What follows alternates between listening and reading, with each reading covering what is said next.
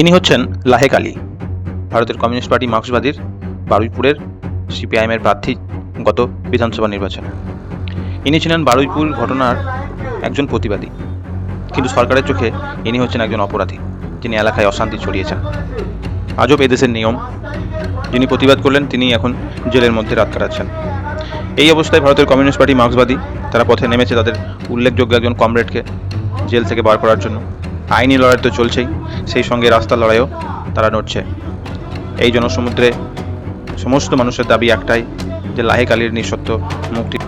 মামলা দিয়েছে লাহেককে। বারুইপুরের অপরাধ পুলিশ 4টি এফআইআর করেছে। 5 তারিখের ঘটনায় মুখ্যমন্ত্রীর নির্দেশে 11 তারিখ ঘুরে যাওয়ার পরে 12 তারিখ লাহেক আলীর নাম দিয়ে কমপ্লেন করেছে। যে কমপ্লেন করেছে জনৈক নেতা, তিনি বিজেপির মন্ডল সভাপতি।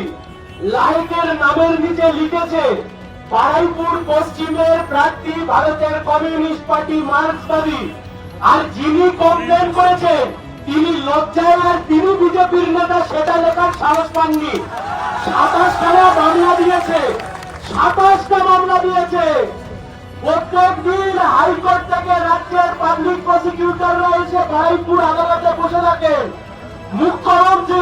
মুখ্যমন্ত্রী পেটোয়া সাংবাদিক, আরএসএস, বজরং দল, প্রশাসন, টপ মোস্ট সব র্যাঙ্কের পুলিশ অফিসাররা, পাবলিক প্রসিকিউটর সবাই মিলে দাঁড়িয়ে আছে।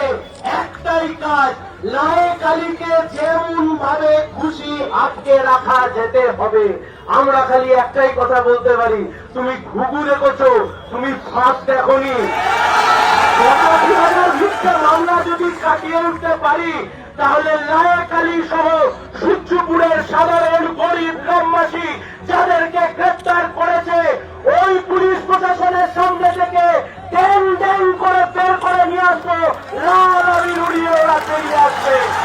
এখন দেখার বিষয় হচ্ছে আইনি লড়াই করে লাহেক আলীকে কতদিনের মধ্যে জেল মুক্তি করানো যায়।